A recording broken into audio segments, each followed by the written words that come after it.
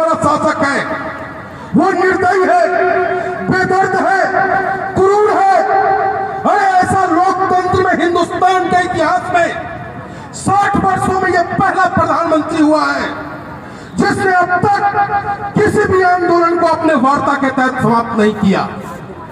या तो इसने लाठी डंडे का प्रयोग किया या कोर्ट का सहारा लेने का काम किया। किसान क्या मांगता है आपसे? अरे हिंदुस्तान के लोगों को आपने मदारी की तरह ठगने का काम किया, रोजगार के नाम पर, शिक्षा के नाम पर, महंगाई खत्म करने के नाम पर, और हिंदुस्तान की आवाम ने आपको एक मुश्त वोट दे करके देश का सरकार बनाने के लिए आपको मौका दिया। लेकिन आज जब हिंदुस्तान के अन्नदाता, वो हिंदुस्तान का अन्नदाता जो धरती के बंजर सीना को फाड़कर अनाज उठाता है और उस अनाज को खा करके आज आप हम पे लाठी चलाने की बात करते हो, कितनी विडंबना है हमारे देश की। आज हमारे पूर्व प्रधानमंत्री चौधरी चरण सिंह जी, उन्होंने बार बार कहा है किसान की नजर एक तरफ खेत की मेड़ पे हो और दूसरी तरफ दिल्ली के सिंहासन पे हो, कि दिल्ली में बैठा सिंहासन तुम्हारे खिलाफ कोई साजिश तो नहीं रच रहा है। और आज ये जो हम पे शासन करने वाला लोग है, उसने देखा कि इस कोरोना काल में भी हिंदुस्तान की अर्थव्यवस्था बैठ गई, लेकिन किसानों ने अपने दम पर हिंदुस्तान की अर्थव्यवस्था को 4 पॉइंट तक सब खड़ा रखने का काम किया। और इन उद्योगपतियों ने सोचा कि आज भी अगर सबसे ज्यादा कमाई की जा सकती है तो इन किसानों से की जा सकती है। तब जाकर के इन्होंने निर्णय लिया कि क्यों न मैं इन किसानों को मजदूर बना लूं, क्यों न इन किसानों को अपना गुलाम बना लूं, क्यों न इन किसानों को इतना मजबूर कर दूं कि 2 वक्त की रोटी पाने के लिए ये हमारे खेतों में हल चलाने को मजबूर हो जाए।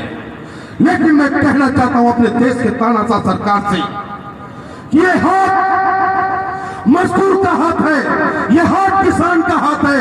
जब ये हाथ मजदूर का हाथ काशी से लेकर कन्याकुमारी तक ऊंची ऊंचे बिल्डिंगें बनाता है, जब पूल और कल कारखाने चलाता है, लेकिन जब लॉकडाउन लगता है तो ये सरकार हम मजदूरों को प्रवासी हिंदुस्तानी नाम देने का काम करता है, जिसका विरोध पूरा हिंदुस्तान किया।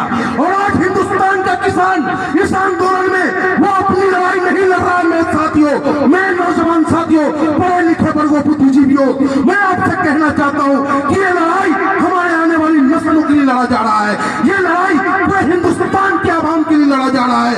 अगर इस लड़ाई में अगर आज हमारे किसान भाई पीछे हट गए तो ये समझ लेना साथियों कि दोबारा इस हिंदुस्तान में फिर कोई आंदोलन नहीं होगा, फिर कोई हमारी नस्लें आने वाली गुलाम होंगी, हम पूंजीपतियों की गोद में बैठे होंगे। जो कृषि प्रधान देश है हमारा, जो कृषि प्रधान देश है, गर्व से हम कहते हैं कि हम किसान के बेटा है, लेकिन आने वाले टाइम में हमारा देश पूंजीपति प्रधान देश कहलाएगा। क्या आपको स्वीकार है? क्या आपको स्वीकार है कि पूंजीपति देश बन जाए मेरा? अगर स्वीकार नहीं है तो बोलो सोनिहाल, बोलो सोनिहाल।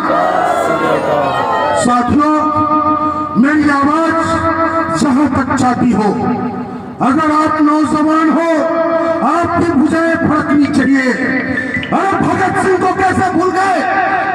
भगत सिंह जी, वो भगत सिंह जी, वो भी एक किसान के बेटा थे। उन्होंने कहा था कि बहरों को सुनाने के लिए धमाके की जरूरत होती है, लेकिन महात्मा गांधी के सिद्धांत को मानते हुए उन्होंने बम तो फोड़ा, लेकिन किसी को मौत के हवाले नहीं किया और खुद फांसी के फंदे पर झूल गए।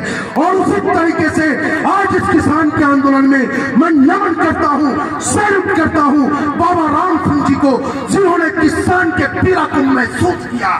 उन्हें लगा कि मेरा किसान, मेरा अन्नदाता आज पीड़ित है और सरकार बहरी और गूंगी हो गई है, उनकी पीड़ा को कुछ सुनने वाला नहीं है। तब जाकर के बाबा ने शहादत देने का काम किया। उनकी शहादत बेकार न जाए, उनकी शहादत को हम सबको जिंदा रखना होगा। शहीद आजम भगत सिंह जी, चंद्रशेखर आजाद, बिस्मिल्लाह खां, अशफाक साहब हमारे दिल में बसते हैं, इसीलिए उसकी महफिल में खलबली है। खलबली है क्योंकि शहीद आजम भगत सिंह हमारे अपने हैं। जय हिंद, जय भारत, हिंदुस्तान का किसान जिंदाबाद, हिंदुस्तान जिंदाबाद। बहुत बहुत धन्यवाद।